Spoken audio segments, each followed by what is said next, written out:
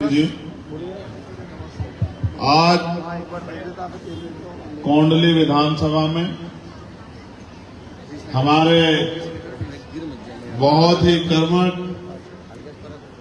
और नौजवान प्रत्याशी इंजीनियर सन्नी कुमार जाटव जी के प्रचार में मुझे आने का मौका मिला है।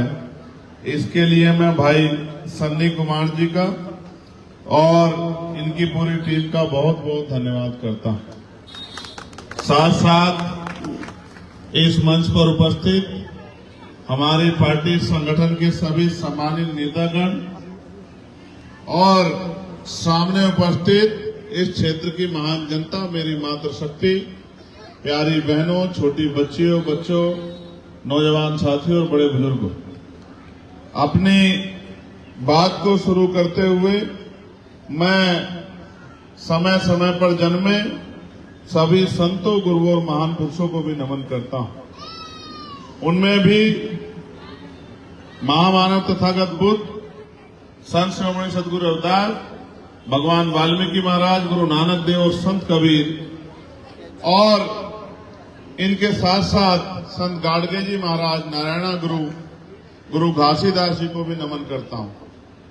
महामानव डॉक्टर बाबा साहब अम्बेडकर, राष्ट्रपिता ज्योतिबा फूले, छत्रपति साहू जी महाराज, मां झलकारी बाई,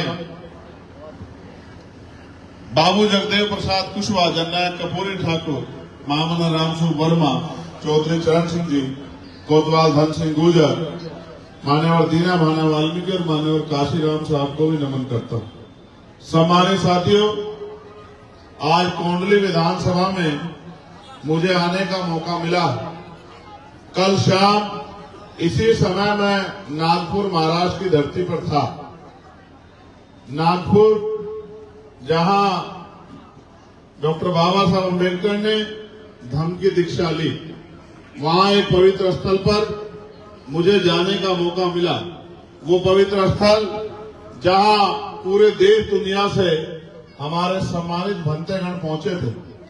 यहां दिल्ली और उत्तर प्रदेश के सम्मानित भंतेगण भी वहां पहुंचे थे। एक बहुत बड़ा जनसमुद्र, लगभग 50,000 लोग, उनमें भी बहुत बड़ी संख्या माओं की, बहनों की, महिलाओं की।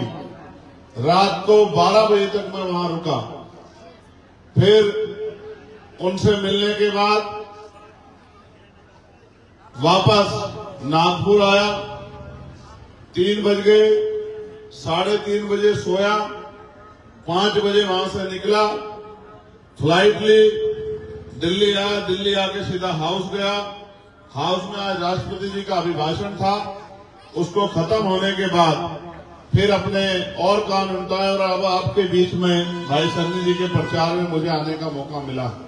ये बात मैंने आपको इसलिए बताई कि हम निरंतर कोशिश कर रहे हैं कि महापुरुषों का कारवा आगे बढ़ता रहना चाहिए, चाहे वो धर्म के क्षेत्र में हो, चाहे वो सामाजिक क्षेत्र में हो, चाहे वो आर्थिक क्षेत्र में हो या वो राजनीतिक क्षेत्र में हो। और जहां देश में राजनीति कुछ लोगों के लिए व्यापार है, वहां हमारे लिए राजनीति हमारे आने वाली नस्लों और वर्तमान में हमारे भविष्य को बदलने का हथियार है। क्योंकि ये हथियार जिसको हम सत्ता के रूप में मानते हैं, इसी से परिवर्तन हो सकता है। और जब तक हमारे हाथों में शक्ति नहीं होगी, तब तक हम लोग बदलाव नहीं कर सकते हैं। मैं कोंडली में आता हूं, मैं जहां पार्लियामेंट में जाता हूं, उस दिल्ली और उसके आसपास की दिल्ली और यहां जहां आज हम खड़े हैं, जिन रास्तों को मैं आया हूं, ये सड़कें, अटी हुई नालियां, तमाम तरह से कूड़ा कचरा, गंदगी और तमाम तरह की परेशानियां जो सामने दिखाई देती है। ऐसा नहीं कुछ छिपाया गया है। ऐसा लगता है वो दिल्ली दूसरी दिल्ली है और ये दिल्ली दूसरी दिल्ली है। ऐसा लगता है वो अमीरों की दिल्ली है और ये गरीबों की दिल्ली है, जिनके हिस्से में सिर्फ परेशानियां आई हैं। वादे तो इनसे भी वही हुए थे जो लुटियन जोन के लोगों से हुए थे, लेकिन उनके लिए नेता खरे उतरे और इधर के लिए खरे नहीं उतरे। क्योंकि इधर गरीब लोग रहते हैं, इधर किसान परिवारों के लोग रहते हैं, इधर मेहनतकश लोग रहते हैं।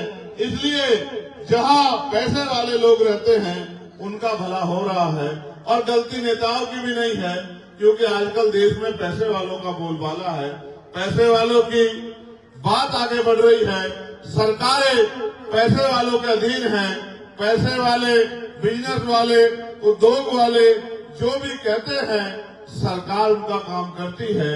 और गरीब आदमी जब कोई सवाल खड़ा करता है तो उनको लाठी से पीट के उनके ऊपर मुकदमे दर्ज करके उनको जेल भेजने का काम पुलिस के साथियों के द्वारा सरकार के इशारे पे किया जाता है। आज जहां महंगाई कमर तोड़ रही है, आज जहां शिक्षा और चिकित्सा में आदमी की मेहनत का बहुत सारा पैसा जा रहा है, वहीं इस देश में यहाँ ये भी देखने को मिल रहा है कि गरीबों के लिए जीवन और मुश्किल होता जा रहा है। भाई इंजीनियर सन्नी जाटव जो एक पढ़े लिखे नौजवान हैं, उन्होंने इस व्यवस्था को इसलिए चुना क्योंकि बाबा साहब अम्बेडकर ने कहा था कि राजनीति में हिस्सेदारी नहीं करोगे तो सबसे बड़ा दंड ये होगा कि योग्य लोग आपके ऊपर शासन करेंगे। और बाबा साहब ने ये भी कहा कि political power is the master की, राजनीतिक सत्ता वो चाबी है, political power is the master की, इट इज द मास्टर की विच bye you can open each and every door of your success. राजनीतिक सत्ता वो चाबी है जिसके द्वारा आप अपनी समस्याओं के हल के सारे दरवाजे खोल सकते हैं। यानी कि अगर ये सत्ता आपके हाथ में है, राजनीतिक चाबी आपके हाथ में है, तो आपकी कोई परेशानी आपकी जिंदगी में नहीं होगी। इसलिए भाई इंजीनियर जी ने भी अपने जिंदगी का ये समय महापुरुषों के विचारधारा को आगे बढ़ाने के लिए और महापुरुषों के रुके हुए काम को आगे बढ़ाकर पूरा करने के लिए इस कोंडली विधानसभा में आपकी सेवा करने के लिए लगाया है। जब मैं आया आपने बहुत सारे फूल मेरे ऊपर बरसाए, यहाँ तक कि मुझे अपना चश्मा भी उतारना पड़ा। कभी ऐसा ना हो कि चश्मा भी छूट के नीचे गिर जाए आपके फूलों के प्रभाव में। लेकिन आप ये बताओ, आपने तो अपना काम किया, लेकिन जब तक हम आपकी दुख तकलीफें दूर नहीं करेंगे तो हमें कैसे सुकून मिलेगा। आपको तो मुझे देख के, क्योंकि मैं आपका परिवार का बेटा हूँ, मैं आपका बच्चा हूँ, आपको तो खुशी हुई होगी, आपके मन में तो ठंड पड़ी होगी, लेकिन मेरे मन में तो अभी ठंड नहीं पड़ी है, क्योंकि जब तक आपकी जिंदगी नहीं बदलेगी तब तक हम लोग चैन से बैठने वाले नहीं हैं। जब तक आपके गरीबी, बेबसी और परेशानियों के आंसू नहीं सूखेंगे तब तक हम लोग चैन से बैठने वाले नहीं हैं। और मैंने आपको कहा कि जहाँ एक तरफ पैसे से सत्ता और सत्ता से पैसा, जहाँ एक तरफ पैसे के आधार पे राजनीति हो रही है, वहाँ मैं और मेरे जैसे बहुत सारे लोग इस देश में महापुरुषों के कारवां को आगे बढ़ाने के लिए जनता के बीच जाकर वोट की शक्ति को अपने हिस्से में लेकर और वोट की शक्ति से ताकत बनाकर आपकी समस्याओं का हल करने की कोशिश कर रहे हैं। हालांकि आप ये भी जानते हैं, 1 साल पहले मैं सड़कों पर लड़ता था, जहां भी देश में किसी भी गरीब, शोषित किसान, मजदूर, महिला बहनों पर अत्याचार होता था, उनकी आवाज उठाने का काम करता था। लेकिन आपके आशीर्वाद से, और मैं धन्यवाद दूंगा, हमारे नगीना के लोग भी यहाँ वहां से निकलकर प्रचार में आए हैं, नगीना के लोगों का भी मैं धन्यवाद दूंगा कि उनके आशीर्वाद और आपके आशीर्वाद से मुझे लोकसभा में जाने का मौका मिला है। और इस बात से ये बात स्पष्ट हुई कि रानी के पेट से राजा जन्म नहीं लेगा, राजा वो होगा जिसको आप वोट से चुनकर भेजोगे। आपने सबको नेता बनाया, उन नेताओं ने बड़ी बड़ी बातें की, लेकिन चुनाव के बाद 5 साल तक आपको नेता शायद ना मिले होंगे, या ये भी आप समझिए कि उन नेताओं ने आपसे जो वादे किए होंगे उनमें से एक भी वादा शायद पूरा ना किया होगा। तो जैसे आपने मुझे ताकत देके पार्लियामेंट में भेजा, आप यहाँ बैठे हर एक शख्स गवाही दे सकता है जो पार्लियामेंट सुनता है कि देश में अगर कहीं किसी पर जुल्म होता है तो चंद्रशेखर आजाद पार्लियामेंट में उसकी आवाज उठा के सरकार से जवाब मांगने का काम करता है। और तो ये शक्ति भी मुझे आपने दी कि आपने मुझे महापुरुषों के विषय में संघर्ष करके जानकारी दी। मुझसे बड़े बड़े सीनियर लोग यहाँ बैठे हैं, हमारी माताएं बहनें यहाँ बैठी हैं। आप पहले से बाबा साहब अम्बेडकर के आंदोलन को, आप पहले से माननीय काशीराम साहब के आंदोलन को चलाते आ रहे थे। हम तो आपसे सीख के इस आंदोलन को आगे बढ़ाने के लिए मैदान में आए हैं। लेकिन आज आप ये महसूस करके देखिए कि आज भारतीय संविधान की वजह से मेरे जैसा प्राइमरी स्कूल के हेडमास्टर का बेटा प्रधानमंत्री जी के सामने आंख से आंख मिला के आपके लिए सवाल कर सकता है।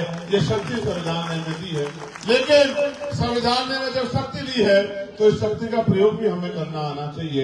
आज हमारी उंगली में ताकत है, हम जिसे चाहे कुर्सी में बिठा दें और जिसे चाहे कुर्सी में उठा के जमीन पर पटक दें। आज आपके पास वो ताकत है कि बड़े बड़े पैसे वाले, बड़े बड़े धनियों से, बड़े बड़े महलों वाले, बड़ी बड़ी गाड़ियों वाले जो हेलीकॉप्टर हवाई जहाज में घूमते हैं, चुनाव के बीच आपकी गली बस्तियों में आते हैं, आपको भाई बहन, चाची, ताई, बुआ, भाई भतीजे, बड़े भैया, पता नहीं कितने नाम से पुकारते हैं, आपके घरों में बैठते हैं, सर पे हाथ रखवाते हैं, बड़ी बड़ी बातें करते हैं, आपके बीच खाना खाते हैं और मीठे मीठी बातें करके आपको आपकी वोट को, जो कीमती वोट है, जो बाबा साहब अम्बेडकर के 4 बच्चों कुर्बानी से मिली है, इस वोट को अपने खेमे में लेने का प्रयास करते हैं। हालांकि आप ये भी जानते हो, जिन्होंने हजारों साल आपकी परेशानियों की तरफ मुड़कर नहीं देखा, वो अब चुनाव के बाद या चुनाव के समय, क्योंकि उनकी जरूरत है, उनका टाइम है, उनको आगे बढ़ना है, वो आपकी बस्तियों में, गलियों में आ रहे हैं, तो वो आपके फायदे के लिए नहीं आ रहे हैं, वो अपने फायदे के लिए आ रहे हैं कि वोट आपका लेंगे और काम अपना करेंगे, वोट आपका लेंगे और घर अपना भरेंगे, और चुनाव के बाद फिर आपको एहसास होता है कि हम तो ठगे गए हैं। मैं ये बात आपको इसलिए कह रहा हूँ कि बाबा साहब ने तो वोट की शक्ति दी थी, हम उस हथियार का सही प्रयोग नहीं कर पा रहे हैं, इसलिए इस देश में तमाम तरह की परेशानियां हमारे ऊपर बुलंद हैं। मैं आपसे अपील करता हूँ कि इस बार अपनी वोट का प्रयोग किसी दूसरे को जिताने के लिए नहीं, खुद को जिताने के लिए करें, अपनी समस्याओं को हराने के लिए करें, अपनी शक्ति बनाने के लिए करें। भाई अपने छोटे भाई, अपने बेटे, अपने भतीजे, इस क्षेत्र में पढ़े लिखे नौजवान, आप ये भी समझो बाबा साहब अम्बेडकर ने एजुकेशन पे इतना जोर क्यों दिया, क्योंकि वो समझते थे कि शिक्षित व्यक्ति ही समाज का निर्माण कर सकता है, शिक्षित व्यक्ति ही अपनी बात को रख सकता है। इंजीनियर सन्नी जाटव पढ़े लिखे नौजवान हैं और आपके बीच में आपकी सेवा करने के लिए आए हैं। अगर आपने इनके सर पे हाथ रखा और इनको वोट की ताकत से आगे बढ़ने का मौका दिया, तो मैं आपको विश्वास दिला के कहता हूं कि फिर आपको किसी के आगे हाथ नहीं फैलाना पड़ेगा, क्योंकि आपकी समस्याओं को, लड़ाई को लड़ने का काम भाई सन्नी जाटव जी आपका बेटा भाई बन के करेंगे। और आप जानते हो, बेटा भाई कभी परिवार से दूर नहीं रहता। इसलिए मैं ज्यादा लंबी चौड़ी बात नहीं करता, मैं आपसे फिर कहना चाहता हूं इन 2-4 बातों के साथ। जैसे यहाँ आम आदमी पार्टी की 10 साल से सरकार है, आम आदमी पार्टी के लोग कह रहे हैं कि हम 2100 रुपए महिलाओं को देंगे। कह रहे हैं नहीं कह रहे हैं? कह रहे नहीं कह रहे हैं? तो मैंने परसों ही पंजाब में फोन करके, जहां उनकी सरकार है, पूछा कि यहाँ भी इन्होंने कहा था कि हम 2000 रुपए देंगे, मिल रहे नहीं मिल रहे, 3 साल हो गए। तो पंजाब की महिलाओं ने कहा कि भैया ठेंगा मिल रहा है, यहाँ कोई पैसा वैसा नहीं मिल रहा, चुनाव खत्म हो गया, अब नेता ढूंढे भी नहीं मिलते। फिर मैंने हरियाणा में फोन किया, मैंने उनसे पूछा कि भाजपा वाले कह रहे हैं हमें सरकार बनानी है, तो भाजपा वाले कह रहे हैं कि हम आपको 3000 रुपए देंगे। 3000 बोल रहे हैं ना? 3000 2500 कितने बोल रहे हैं? नहीं, महिलाएं बताइए, इनको ज्यादा पता है। 2500। तो मैंने इनसे कहा कि भाई हरियाणा फोन मिलाओ, यहाँ भाजपा की सरकार है, ये भी पक्का कर लो। तो मैंने हरियाणा में फोन किया, तो मैंने पूछा कि बहन जी क्या 2500 रुपए मिल रहे हैं? तो उसने कहा 2500 रुपए छोड़ो साहब, 25 रुपए भी नहीं मिल रहे हैं। तो मैंने कहा तो बहुत बुरी बात है। फिर मैंने कहा 500 वाला सिलेंडर तो मिल रहा होगा, जो भाजपा के लिए 500 का सिलेंडर देंगे। तो उन्होंने कहा साहब 931 रुपए का सिलेंडर मिल रहा है। तो मैंने कहा, फिर मैंने मोदी जी से कहा कि मोदी जी एक बार उत्तर प्रदेश की तरफ भी देख लेना, वहां भी आप 500 का सिलेंडर दे रहे थे, वहां भी आपने नहीं दिया। आप हरियाणा में भी दे रहे थे, आपने वहां भी नहीं दिया। आप उत्तराखंड में भी दे रहे थे, आपने वहां भी नहीं दिया। आप राजस्थान, मध्य प्रदेश में भी आपकी सरकार है, आपने वहां भी दिया। तो कब तक लोगों को झूठी बातें बोलकर ठगते रहोगे? ये आपके पास अगर वोट की शक्ति नहीं होती तो कोई पैसा आपको नहीं मिलता। ये आपकी जेब काटने वाले लोग आज अपने फायदे के लिए आपको पैसा देने की बात कर रहे हैं। और मैं आपको याद दिलाना चाहता हूं, जब हम गांव में रहते थे, तो जब गांव में प्रधानी के चुनाव होते थे, याद करो, तो जो पैसे वाले लोग हैं जिनके पास वोट नहीं होती थी वो क्या करते थे, वो चुनाव से 2-1 दिन पहले रात के अंधेरे में आके अपनी जेब में थैला लेके आते थे, झोला लेके आते थे और लोगों से कहते थे पैसा ले लो हमें वोट दे दो। होता था नहीं होता था? लेकिन वो अवैध काम था, गैर कानूनी था। जो विपक्षी प्रत्याशी लड़ रहा था वो पकड़ता था कि मैं पैसे वालों को पकड़ो जो पैसा बांट रहे हैं। अब ये काम लीगल हो गया है, अब ये काम ऑनलाइन हो गया है।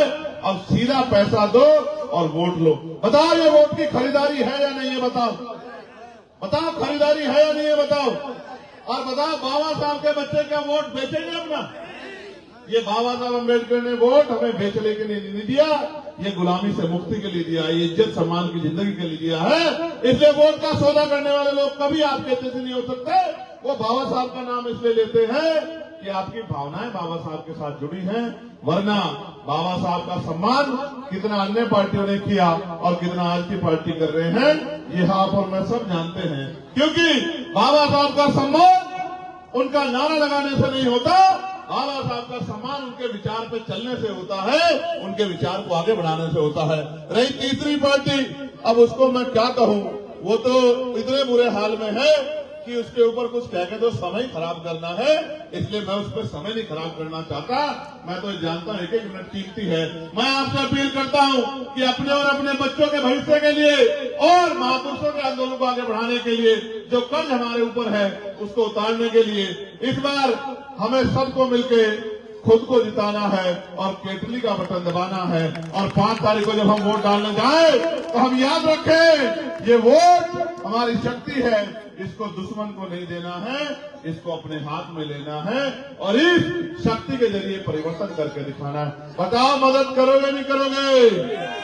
देखो आप मुझे देखे और समय समय पे जिसने भी आंदोलन का नेतृत्व किया, आप सपने बहुत देखते हो कि भाई ये आदमी आ गया है अब हमारी जिंदगी बदल जाएगी। बड़े गौर से सुनना, आप सपने बहुत देखते हो कि भाई अब हमारा ये आदमी आ गया है अब हमारी जिंदगी बदल देगा। बताओ कैसे बदलेगा? जब आप उसका साथ नहीं दोगे, जब तक आप उसको मजबूत नहीं करोगे, जब तक आप उसको शक्ति नहीं दोगे, जब तक आप उसकी बात के साथ नहीं खड़े होंगे तो वही क्या बदल के दिखा देगा। इसलिए मैं आपसे कहता हूं कि ना इधर ना उधर, दोनों हाथों को ऊपर उठा के और 5 तारीख को आंखें बंद करके नहीं आंखें खोल के कौन सा बटन दबाना, जरा दोनों हाथ उठा के बताओ, नहीं जोर से बताओ। और आखिरी बात के साथ मैं अपनी वाणी को विराम दूंगा। आपकी जेब में फोन होंगे, है या नहीं है? आज तो हर घर में 3-3-4 फोन